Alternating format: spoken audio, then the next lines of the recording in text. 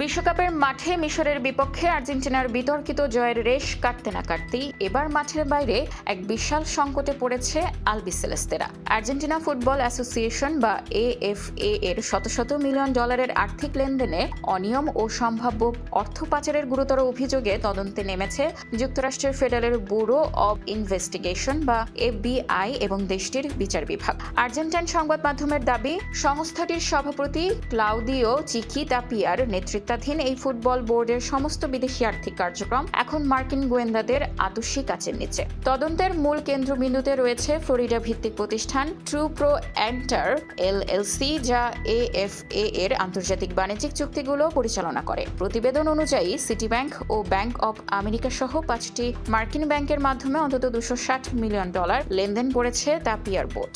বিস্ফোরক তথ্য হলো, এর মধ্যে মাত্র সামান্য অংশ জাতীয় দলের কার্যক্রমে ব্যয় দেখানো হয়েছে।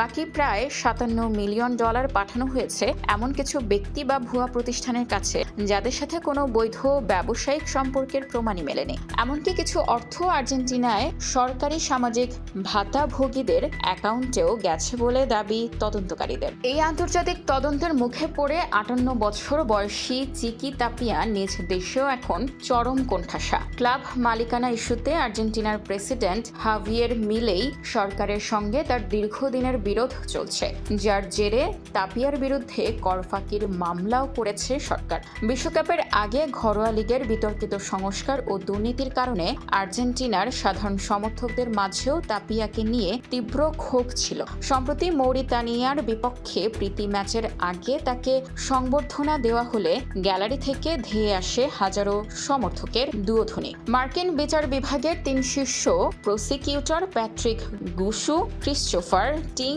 ও মাইকেল বার্জার এই বিশাল তদন্ত কার্যক্রম পরিচালনা করছে। যদিও এএফএ এর আইনজীবীদের দাবি, তদন্ত শুরু হওয়া মানেই অপরাধ প্রমাণিত হওয়া নয়। তবে বিশ্বকাপের নকআউট পর্বের মাঝখানে এমন হাই প্রোফাইল দুর্নীতির মামলার তদন্ত আর্জেন্টিনা দলের ওপর কোনো মানসিক প্রভাব ফেলবে কিনা, সেটাই এখন বড় প্রশ্ন।